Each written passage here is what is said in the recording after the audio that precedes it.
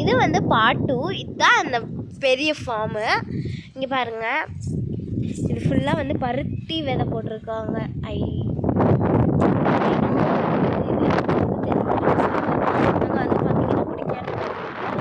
அங்கே பார்த்தீங்கன்னா ஒரு பெரிய மலை இருக்குது பாருங்கள். அந்த ஒரு பெரிய மலை தெரியுதா எனக்குள்ளே இருக்குது. இங்கே பார்த்தீங்கன்னா கொடைக்கானல் மலை இருக்குது பாருங்கள். ஃபுல்லாக மேகமூட்டமாக இருக்கும் அங்கே வந்து. ஓகே, வந்து மழை விழுகுது கையிலேயே. இந்த நேரம் பார்த்து தான் விழுகாது மழை.